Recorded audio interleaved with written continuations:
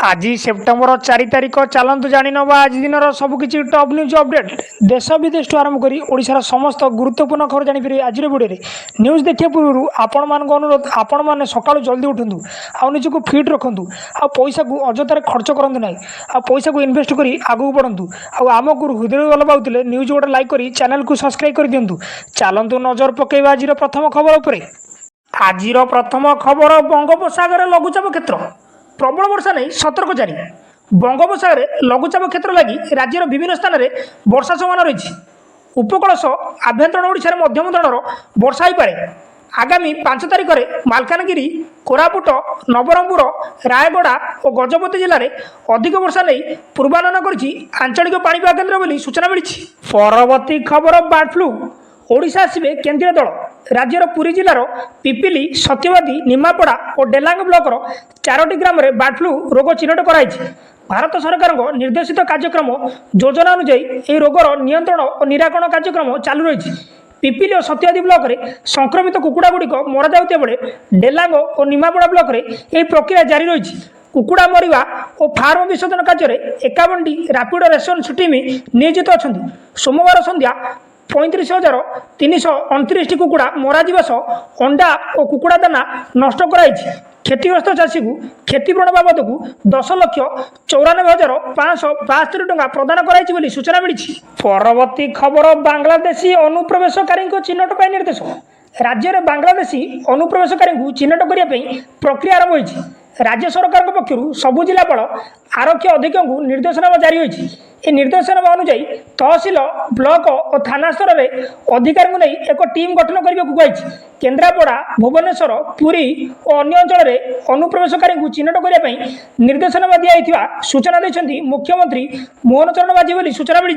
परवर्ती खबर नुआखाई सीएम किसान राज्य सरकार आरंभ कर सीएम किसान योजनार प्रथम किस्ती सेप्टेम्बर 8 तारिख नुआखाई अवसर में प्रदान कर आज एने कृषि और कृषक सशक्तिकरण विभाग दायित्व थिबा उपमुख्यमंत्री कनकवर्धन सिंहदेव और समस्त जिलापाल सह आलोचना कर आज लोकसभा भवन सम्मेलन कक्ष में डिजिटल फसल सर्वेक्षण समीक्षा बैठक में उपमुख्यमंत्री एने समीक्षा कर सूचना मिली। परवर्ती खबर दंतेवाड़ रे एनकाउंटर 9 नक्सल सफा सुरक्षा बाहिनी को मिला बड़ सफलता एनकाउंटर टलिले 9 नक्सल छत्तीसगढ़ दंतेवाड़ और बिजारपुर सीमांत अंचल में सुरक्षा बाहिनी और नक्सल मान मध्य गुली विनिमय होती बर्तमान सुधा 9 जन नक्सल निहित होता सूचना मिली नक्सल मान मृतदेह सहित घटनास्थल विपुल मात्रा अस्त्रशस्त्र जबत होती सूचना मिली। परवर्ती खबर डेंगू को महामारी घोषणा कले कर्णाटक सरकार डेंगू रोग को महामारी घोषणा कर जानुआरी रु जुलाई पर्यंत 7,362 डेंगू रोगी चिन्हट होता बेले 7 जनक मृत्यु घटी प्रति हस्पिटाल वार्ड गुड़िक 10टी लेखाएं डेंगू बेड़े प्रस्तुत करने को मुख्यमंत्री सिद्धरमयी निर्देश देते सरकार परिस्थिति पर नजर रखिंट स्वास्थ्य मंत्री दिनेश गंडू राव कहते सूचना मिली। परवर्ती खबर गैस फाटी क्षयक्षति मिल क्षतिपूरण कहले हाइकोर्ट गैस फाटी क्षयक्षति एथर मिल क्षतिपूरण एने गुरुत्वपूर्ण राय प्रदान कर हाइकोर्ट नयागढ़ सिलिंडर विस्फोरण मामलें शुणाणी करी कोर्ट राय प्रदान कर गैस फाटी क्षयक्षति एणिकी क्षतिपूरण मिल कोर्ट क्षतिपूरण देवा गैस कंपानी गुड़ी निर्देश देते गैस फाटिले आहत को 2 लाख और मृतक को 4 लाख देवा पॉलिसी रही कोर्ट कहते सेहीपरि घर पड़गले 2 लाख टंका देवा पॉलिसी रही कोर्ट कहते नियमित भाव ग्राहकों को ए संपर्क में सचेतन करने को कोर्ट निर्देश देते सूचना मिली। परवर्ती खबर वार्धक्य भत्ता 3,000 करने दाबी एनएससी कार्यालय घेराव वार्धक्य भत्ता 3,000 टंका करने दाबी कंटाबांझी विकास परिषद पक्षर मंगलवार एनएससी कार्यालय घेराव कराई परिषद सभापति अजय दास नेतृत्व में शताधिक वृद्ध वृद्धा विधवा और भिन्नक व्यक्ति एनएससी कार्यालय आगे धारणा बसी राज्य सरकार केवल 80 वर्ष ऊर्ध्व वयस्कों भत्ता अर्थ 1,000 रु 35 टंका वृद्धि कर बजेट में व्यवहार किंतु सरकार गठन पूर्व बीजेपी वृद्ध वृद्धा विधवा और भिन्नक हिताधिकारी को 3,000 टंका भत्ता देवा लगी निर्वाचन समय प्रतिश्रुति देता यह प्रतिवाद में परिषद पक्षर विक्षोभ प्रदर्शन सह धारणा दिया सहित मुख्यमंत्री मोहन चरण माझी उद्देश्य एक दाबीपत्र एनएससी कार्यग्राही अधिकार गिरिजाशंकर मल्लिक जरिया प्रदान कर सूचना मिली। परवर्ती खबर आरजिकर हस्पिटाल ପୂର୍ବତନ ଜିଲ୍ଲାପାଳଙ୍କ ପରେ ବନ୍ଧା ହେଲେ ଆଉ 3 ଜଣ। କୋଲକାତା ଟ୍ରେନିଂ ଡାକ୍ତରଙ୍କୁ ଦୁଷ୍କର୍ମ କରାଇଥିବା ଆର୍ଜିକର ମେଡିକାଲ କଲେଜ ଓ ହସ୍ପିଟାଲର ପୂର୍ବତନ ପ୍ରିନ୍ସିପାଲ ସଦୀପ ଘୋଷଙ୍କ ପରେ ଆଉ 3 ଜଣ ଗିରଫ ହୋଇଛନ୍ତି। ଆଜି ସିବିଆଇ 3 ଜଣଙ୍କୁ ଗିରଫ କରିଛି। ଏମାନଙ୍କୁ ଆର୍ଥିକ ଅନିୟମିତତା ଅଭିଯୋଗରେ ଗିରଫ କରାଇଥିବା ସୂଚନା ମିଳିଛି। ସୂଚନା ଅନୁଯାୟୀ ସିବିଆଇ ଗିରଫ କରିଥିବା 3 ଅଭିଯୁକ୍ତ ହେଉଛନ୍ତି ଅଫିସର ଅଲି, ସୁମନ ହଜାରା ଏବଂ ବିପ୍ଳବ ସ୍ନେହା ବୋଲି ସୂଚନା ମିଳିଛି। ପରବର୍ତ୍ତୀ ଖବର, ମଙ୍କି ପକ୍ସକୁ ନେଇ ବିହାରରେ ଆଲର୍ଟ। 21 ଦିନ ମଧ୍ୟରେ ବିଦେଶରୁ ଆସୁଥିବା ଯାତ୍ରୀଙ୍କ ତଥ୍ୟ ସଂଗ୍ରହ କରିବାକୁ ନିର୍ଦ୍ଦେଶ। ବିହାରରେ ମଙ୍କି ପକ୍ସକୁ ନେଇ ସ୍ୱାସ୍ଥ୍ୟ ବିଭାଗ ଆଲର୍ଟ ହୋଇଛି।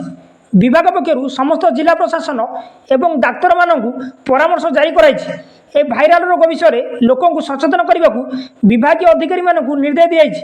ବିଭାଗର ସତର୍କତା ଜାରି ପରେ ପାଟନା ଜିଲ୍ଲା ପ୍ରଶାସନ ପ୍ରାଥମିକତା ଭିତ୍ତିରେ ଜୟପାଟନା ବିମାନବନ୍ଦରରେ ଏକ ସ୍ୱାସ୍ଥ୍ୟ ଡେସ୍କ ସ୍ଥାପନ କରିବାକୁ ସିଭିଲ ସର୍ଜନଙ୍କୁ କହିଛି। ଜିଲ୍ଲା ମାଜିଷ୍ଟ୍ରେଟ ଚନ୍ଦ୍ରଶେଖର ସିଂ କହିଛନ୍ତି ଯେ ଏପର୍ଯ୍ୟନ୍ତ କୌଣସି ମାମଲା ସାମ୍ନାକୁ ଆସିନାହିଁ, କିନ୍ତୁ ବିମାନବନ୍ଦରର କର୍ତ୍ତୃପକ୍ଷ ଏବଂ ଜିଲ୍ଲା ସିଭିଲ ସର୍ଜନଙ୍କୁ ଯାତ୍ରୀମାନଙ୍କ ଉପରେ କଡ଼ା ନଜର ରଖିବାକୁ ପରାମର୍ଶ ଦିଆଯାଇଛି ବୋଲି ସୂଚନା ମିଳିଛି। ପରବର୍ତ୍ତୀ ଖବର, ଖାଦ୍ୟ ଯୋଗାଉଛି ଡ୍ରୋନ୍। ଆନ୍ଧ୍ରାରେ ସାହାରା ସାଜିଛି ଡ୍ରୋନ୍। ପହଞ୍ଚାଯାଉଛି ଖାଦ୍ୟ ପାନୀୟ ଔଷଧ। ବନ୍ୟା ଏପନ ଅଞ୍ଚଳରେ ପହଞ୍ଚି ପାରୁନି ଖାଦ୍ୟ ଔଷଧ। ଏହି ସମୟରେ ସାହାରା ସାଜିଛି ଡ୍ରୋନ୍। ଗୋଟେ ପଟେ ଏନ୍ଡିଆର୍ଏଫ୍ ଓ ଭାରତୀୟ ସେନା ସହାୟତା ଜାରି ରହିଥିବା ବେଳେ ରାଜ୍ୟ ସରକାର ଡ୍ରୋନ୍ ସାହାଯ୍ୟରେ ଲୋକଙ୍କ ନିକଟରେ ଖାଦ୍ୟ ପାନୀୟ ଔଷଧ ପଠାଉଛନ୍ତି। ଥରକେ 8ରୁ 10 କେଜି ଓଜନର ଖାଦ୍ୟ ପାନୀୟ ଔଷଧ ଡ୍ରୋନ୍ ମାଧ୍ୟମରେ ପଠାଉଛି। ପ୍ରଥମ ପର୍ଯ୍ୟାୟରେ 15ଟି ଡ୍ରୋନ୍କୁ ବ୍ୟବହାର କରାଉଛି। ଆନ୍ଧ୍ରପ୍ରଦେଶ ଏବଂ ତେଲେଙ୍ଗାନାରେ ଲଗାଣ ବର୍ଷା ବନ୍ୟା ସୃଷ୍ଟି କରିଛି। ପ୍ରବଳ ବର୍ଷା ଯୋଗୁଁ ଅନେକ ଅଞ୍ଚଳ ଜଳମଗ୍ନ ହୋଇଛି। ଉଭୟ ରାଜ୍ୟରେ ବର୍ଷା ଏବଂ ବନ୍ୟାଜନିତ ମୃତ୍ୟୁ ସଂଖ୍ୟା 35ରେ ପହଞ୍ଚିଛି। ତେଲେଙ୍ଗାନାରେ 15 ଜଣଙ୍କର ଏବଂ ଆନ୍ଧ୍ରପ୍ରଦେଶରେ 15 ଜଣଙ୍କର ମୃତ୍ୟୁ ହୋଇଛି ବୋଲି ସୂଚନା ମିଳିଛି। ପରବର୍ତ୍ତୀ ଖବର, ପଶ୍ଚିମବଙ୍ଗ ବିଧାନସଭାରେ ଆଣ୍ଟି ରେଡ୍ ବିଲ୍ ପାସ୍। 10 ଦିନରେ ଅଭିଯୁକ୍ତ ମିଳିବ ଫାଶୀ। କୋଲକାତାର ଆର୍ଜିକର ମେଡିକାଲ କଲେଜର ଟ୍ରେନିଂ ଡାକ୍ତରଙ୍କୁ ଦୁଷ୍କର୍ମ ଓ ହତ୍ୟା ମାମଲାକୁ ନେଇ ଜାରି ରହିଛି ଉତ୍ତେଜନା। ଜୁନିୟର ଡାକ୍ତର କୋଲକାତା ପୁଲିସ ମୁଖ୍ୟାଳୟ ଆଗରେ ପୀଡ଼ିତାଙ୍କ ନ୍ୟାୟ ଧାରଣାରେ ବସିଛନ୍ତି। ଏହା ମଧ୍ୟରେ ପଶ୍ଚିମବଙ୍ଗ ବିଧାନସଭାରେ 2 ଦିନିଆ ସ୍ୱତନ୍ତ୍ର ଅଧିବେଶନରେ ଆଜି ମମତା ସରକାର ଆଣ୍ଟି ରେଡ୍ ବିଲ୍ ଆଗତ କରିଥିଲେ, ଯାହାକି ଗୃହରେ ପାସ୍ ହୋଇଯାଇଛି। ବିଲ୍ ଅନୁସାରେ ଦୁଷ୍କର୍ମ ଅଭିଯୁକ୍ତଙ୍କୁ 10 ଦିନ ମଧ୍ୟରେ ଫାଶୀ ଦଣ୍ଡ ଦିଆଯିବ ନିୟମ ରହିଛି ବୋଲି ସୂଚନା ମିଳିଛି। ପରବର୍ତ୍ତୀ ଖବର, ଚାଲିଛି ସୁଭଦ୍ରା ଆବେଦନ ପାଇଁ ଧାଁ ଦୌଡ଼। ଆଧାର ଅପଡେଟ୍ ଲାଗି ଜନସେବା କେନ୍ଦ୍ର ଆଗରେ ଲମ୍ବା ଧାଡ଼ି। କାମାକ୍ଷାନଗରରୁ କୋରାପୁଟ, ଭଞ୍ଜନଗରରୁ ନୀଳଗିରି କେଉଁଠି ଆଧାର ଅପଡେଟ୍ କରିବା ପାଇଁ ଜନସେବା କେନ୍ଦ୍ର ଆଗରେ ଠେଲାପେଲା ସ୍ଥିତି ତ କେଉଁଠି ସୂର୍ଯ୍ୟୋଦୟ ପୂର୍ବରୁ ଲାଇନରେ ଚପଲ ଆଉ ଛତା, କେଉଁଠି ଦିବ୍ୟାଙ୍ଗ ଛୁଆକୁ ଧରି ମା ଲାଇନରେ ଲଗାଇଛି ତ ଆଉ କେଉଁଠି ରାତି ଅଧରୁ ଜନସେବା କେନ୍ଦ୍ର ସାମ୍ନାରେ ଲୋକଙ୍କ ଧାଡ଼ି ଲମ୍ବିଛି। ସୁଭଦ୍ରା ଯୋଜନାରେ ଫର୍ମ ଦାଖଲ ପ୍ରକ୍ରିୟା ଆରମ୍ଭ ହୋଇଥିବା ବେଳେ ଏଥିଲାଗି ଆଧାର ଏଥୋପିକେସନ ଦରକାର ହୋଇଛି।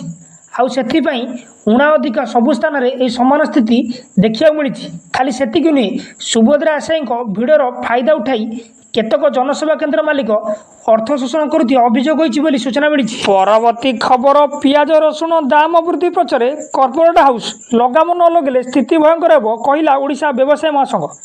ରାଜ୍ୟରେ ପିଆଜ ରସୁଣ ଦାମ ଆକାଶ ଛୁଆଁ। ସ୍ଥିତି ଏମିତି ହେଲାଣି ଯେ ଲୋକେ ପିଆଜ ରସୁଣ କିଣିବାକୁ ବି ଡରିଲେଣି। ଏପରି ଦର ବୃଦ୍ଧି ପାଇଁ କର୍ପୋରେଟ ହାଉସ୍କୁ ଦାୟୀ କଲା ଓଡ଼ିଶା ବ୍ୟବସାୟ ମହାସଂଘ। ଓଡ଼ିଶା ବ୍ୟବସାୟ ମହାସଂଘ ମହାସଚିବ ସୁଧାକର ପଣ୍ଡା କହିଛନ୍ତି, କର୍ପୋରେଟ ହାଉସ୍ର ଭୂମିକା ସମସ୍ତଙ୍କୁ ବାଧୁଛି। କର୍ପୋରେଟ ହାଉସ୍ ଅନୈତିକ ଭାବେ ଦର ବୃଦ୍ଧି କରିଛନ୍ତି। ସରକାର ଏଥିପ୍ରତି ଦୃଷ୍ଟି ନ ଦେଲେ ଆଗକୁ ପରିସ୍ଥିତି ଭୟଙ୍କର ହେବ। ଅର୍ଥନୈତିକ ଉପାୟରେ ଅତ୍ୟାବଶ୍ୟକ ସାମଗ୍ରୀ ହୋର୍ଡିଂ କରି ରଖିବା ସହ ମାର୍କେଟରେ ମନ ଇଚ୍ଛା ଦର ବୃଦ୍ଧି କରୁଛନ୍ତି। ଏନ୍ଜିଓ ମାଧ୍ୟମରେ ସର୍ଭେ କରି କର୍ପୋରେଟ କମ୍ପାନୀ ମାର୍କେଟରେ ଯେଉଁ ସାମଗ୍ରୀ ଅଭାବ ରଖିଛି ସେସବୁ ସାମଗ୍ରୀ ହୋର୍ଡିଂ କରିବା ସହ ଦର ବୃଦ୍ଧି କରୁଛନ୍ତି। ରସୁଣ ଦର ବୃଦ୍ଧି ମଧ୍ୟ ସେଥିପାଇଁ ହେଉଛି ବୋଲି ସୂଚନା ମିଳିଛି। ଏଇଠି ସମାପ୍ତ ହୋଇଛି। ଆପଣଙ୍କର ସ୍ୱାସ୍ଥ୍ୟର ଯତ୍ନ ନିଅନ୍ତୁ। ଧନ୍ୟବାଦ।